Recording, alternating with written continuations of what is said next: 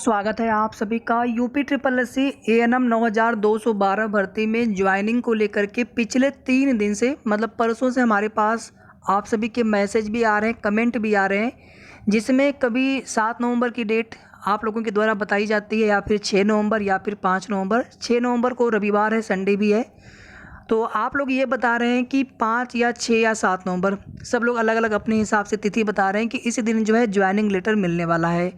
और इसके बाद कल से एक कमेंट आप सभी के लगातार आ रहे हैं इस तरह से, और कल भी हमने कहा था और आज भी हमने एक वीडियो जो सुबह वाला था हमने उसमें बिल्कुल स्पष्ट रूप से आप सभी से कहा था कि भर्ती में किसी भी प्रकार का कोई भी स्टे नहीं लगा है। जो लोग बता रहे हैं बताने दीजिए। और अभी भी ये जो 5 या 6 या 7 नवंबर की जो भी डेट वायरल की जा रही है, अभी ऐसी कोई भी कंफर्म डेट जहां तक देखिए हमने अभी पता करने की पूरी कोशिश की है। 7 नवंबर 6 नवंबर जब आप लोग बोल रहे थे तब भी हमने पता करने की कोशिश की, जब ऐसी कोई सूचना नहीं थी तो हमने आपको उस पर कोई जानकारी भी नहीं दी थी। आज यहाँ पर आवश्यक लगा, इसलिए आप सभी के बीच में यह जानकारी शेयर करने के लिए यहाँ पर वीडियो बना रहे हैं। तो पूरा सुनिएगा वीडियो को आप सभी, और आप सभी से एक निवेदन है कि केवल और केवल 31 अक्टूबर को ही जो शासन से निर्देश मिला था ज्वाइनिंग लेटर वितरण के लिए, ना तो उसके पहले कोई और डेट डिसाइड की गई थी और ना ही अभी तक 5 या 6 या 7 नवंबर की डेट डिसाइड की गई है। दूसरी बात देखिए, 6 नवंबर को रविवार है, संडे है, उससे कोई फर्क नहीं पड़ता है। अगर इनको ज्वाइनिंग लेटर बांटना होगा, क्योंकि यहाँ पर मुख्यमंत्री जी के हाथों ज्वाइनिंग लेटर वितरण होना है शुरू में कुछ बहनों को लखनऊ बुला करके, जो कि मेरिट में टॉप पर होंगी, जिनके नंबर अच्छे होंगे। अब कितने नंबर वालों को मौका मिल सकता है ये बता पाना बहुत मुश्किल है।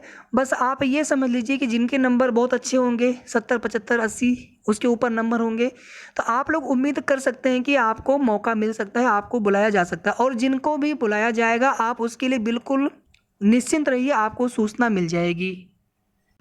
उसमें मेल पर मैसेज के अलावा भी एक ऑफिशियल नोटिस आती है। इसके पहले जितनी बार भी नियुक्ति पत्र वितरण हुआ है मुख्यमंत्री कार्यालय से, उसको लेकर के सूचना मिल जाती है, और लगभग सप्ताह भर पहले 10 दिन पहले ही सूचना मिल जाती है।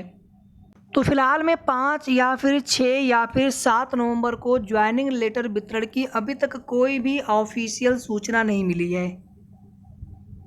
आज 31 अक्टूबर आज समाप्त हो चुका है, कल से 1 नवंबर हो जाएगा, और अभी इस वीक में ज्वाइनिंग लेटर वितरण की उम्मीद कम है। 5 को सैटरडे है इसी वीक में, 6 को संडे है, 7 को मंडे है, तो इस सप्ताह में भी ज्वाइनिंग लेटर वितरण की उम्मीद कम है। बाकी शासन का निर्देश अगर हो गया तो 2 दिन के बाद भी ज्वाइनिंग लेटर दिया जा सकता है। ऐसा कोई आवश्यक नहीं है कि 10 दिन पहले ही सूचना मिलेगी, 2-3 दिन 4 दिन पहले भी नोटिस आ सकता है। इसमें देखिए एक और महत्वपूर्ण सूचना आप सभी के लिए, हालांकि अभी तक कन्फर्म जानकारी नहीं प्राप्त हो सकी है, लेकिन कुछ एक्सपेक्टेड चीज़ें पता चली है, उसी के आधार पर आपको बताने का प्रयास कर रहे हैं कि जो ईडब्ल्यूएस वाला मामला है, इसमें पूनम द्विवेदी के अलावा इसमें 5 और रिट्स उसी में कनेक्टेड करके सब पर जो है याचियों के लिए कोर्ट से ऑर्डर हुआ है, और इसमें लगभग 6 से तो ज़्यादा लोग हैं। जितने लोग हों, 7 लोग 8 लोग 9 लोग हो सकते हैं, इसमें 6 से ज़्यादा लोग हैं, और जितने भी इसमें याची हैं उन सभी के लिए ही यहाँ पर कोर्ट ऑर्डर हुआ था। लेकिन अभी तक ये कन्फर्म नहीं हो सका है कि अनुपालन किया जाना है या फिर आगे जो है डिवीज़न बेंच में इस मामले को सरकार चैलेंज करेगी। वैसे तो देखिए, अगर किसी के साथ अगर गलत हुआ है, अगर उनके डॉक्यूमेंट सही थे, वहाँ पर अगर डीबी जांचने में कोई गलती हुई है तो उनको न्याय मिलना चाहिए, उनको सिलेक्शन मिलना चाहिए। लेकिन यहाँ पर दूसरी तरफ ये भी है कि जो सिलेक्टेड एएनएम बने हैं, किसी को डिस्टर्ब ना किया जाए जिनका सिलेक्शन हो चुका है, क्योंकि यहाँ पर फाइनल रिजल्ट डिक्लेयर हो चुका है 8831 की। तो ना तो यहाँ पर किसी को बाहर किया जाना है, ना ही किसी को जो अभी सिलेक्टेड है उनकी जगह पर किसी को लिया जाना है। अगर किसी को यहाँ पर नौकरी दी जाएगी, नियुक्ति दी जाएगी, तो उसके लिए सरकार या उसके लिए जो नियोक्ता है, आयोग है, विभाग है, उसके लिए वो लोग अपना सीटें जोड़ेंगे, जैसे भी सीटें वो जोड़ें। और आप देखेंगे अगर नियुक्ति सही प्रकार से हुई है तो जो भी सेलेक्ट लिस्ट होती है माननीय कोर्ट की तरफ से, कभी भी सेलेक्ट लिस्ट को आप देखेंगे डिस्टर्ब नहीं किया जाता है। लेकिन अगर वहाँ पर ये होता है कि नहीं, जिसे ओएमआर सीट में जांचने में कोई गड़बड़ी हुई या फिर कोई प्रोसेस में कोई बड़ी विसंगति पाई जाती है, गड़बड़ी पाई जाती है, आप किसी दूसरे भर्ती का उदाहरण लेकर के मत चीज़ों को समझिए। हर भर्ती में नहीं आप मान सकते हैं कि एक ही गड़बड़ी हर जगह भी होगी। कुछ भर्तियों में कुछ दिक्कतें हो जाती है, कहीं पर अर्हता संबंधी विवाद होता है, कहीं पर ओएमआर सीट संबंधी विवाद होता है, कहीं पर कुछ दिक्कतें होती हैं, तो वहाँ पर वो अलग सिचुएशन होती है। लेकिन जिनका सिलेक्शन हुआ है सही तरीके से, जो सेलेक्ट लिस्ट होती है, उनमें से किसी को डिस्टर्ब नहीं किया जाता है, और ना ही कोई कट ऑफ कम या ज़्यादा होने वाली है, ना ही कोई एक मेरिट लिस्ट अलग से जारी होने वाली है।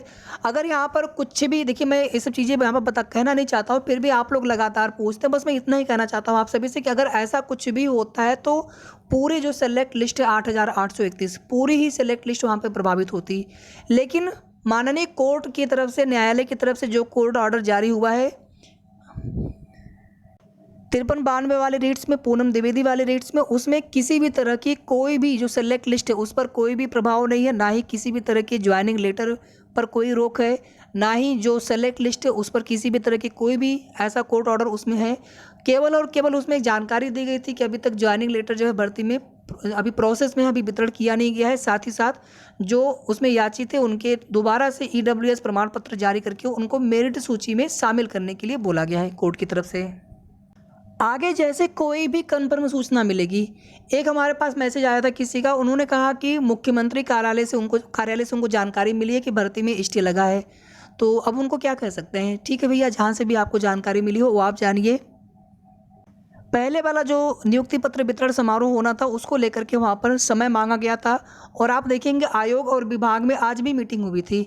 आयोग और विभाग की जो है संयुक्त मीटिंग होती रहती है, लेकिन बिल्कुल एग्जैक्टली मीटिंग में क्या हुआ ये आप सभी को नहीं बताई जा सकती है कि वहाँ पर क्या मीटिंग में क्या बातें हुई और आगे भर्ती की प्रोसेस को लेकर के वहाँ पर क्या डिसीजन लिया गया है।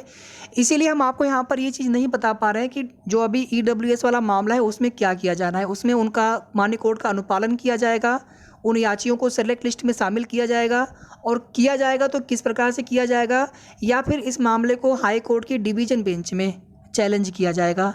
जो कुछ भी होगा बहुत जल्द हो सकता है कि कल तक कंफर्म हो जाए, कल शाम तक। तो मुख्यमंत्री कार्यालय या फिर कहीं से भी ऐसी कोई भी जानकारी नहीं है कि भर्ती में किसी भी तरह का कोई भी रोक या स्टे लगा हुआ है। इस तरह की जो भी चीज़ें आप सबको पता चल रही हैं या फिर कहीं से भी बताई जा रही हैं, वो जो तथ्य है पूरी तरह से गलत है, क्योंकि उसके पीछे कोई आधार नहीं है।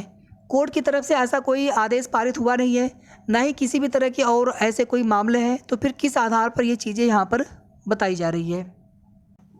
और एक बार अगर ये नियुक्ति पत्र वितरण अगर हो गया होता मुख्यमंत्री जी के हाथों, तो उसके बाद फिर चाहे फ्रेश की बहनें हो सिलेक्टेड, चाहे प्रोविजनल की सिलेक्टेड बहनें हो, फिर आगे जो है ज्वाइनिंग लेटर वितरण होता रहता, फिर उसमें देरी नहीं होती। और बाकी की चीज़ें हम ऑलरेडी सुबह वाले वीडियो के माध्यम से बता चुके हैं, चाहे जिला प्रेफरेंस को लेकर के या फिर ज्वाइनिंग लेटर कैसे मिलेगा। तो कल दोपहर या फिर शाम तक का समय दीजिए, कल किसी भी समय जैसे ही कोई भी जानकारी प्राप्त होगी कि क्या इन तिथियों में नियुक्ति पत्र वितरण होना है या फिर आगे कब तक हो सकता है, या फिर जो EWS वाला मामला है उसमें क्या होना है आगे, ठीक है। तो जो भी अपडेट होगी आप सभी को बताई जाएगी, जो भी सही और ऑथेंटिक सूचना होगी। तब तक आप सभी धैर्य बनाए रखें, परेशान बिल्कुल मत हो, और सभी अपने स्तर से कुछ न कुछ प्रयास करते रहें। धन्यवाद।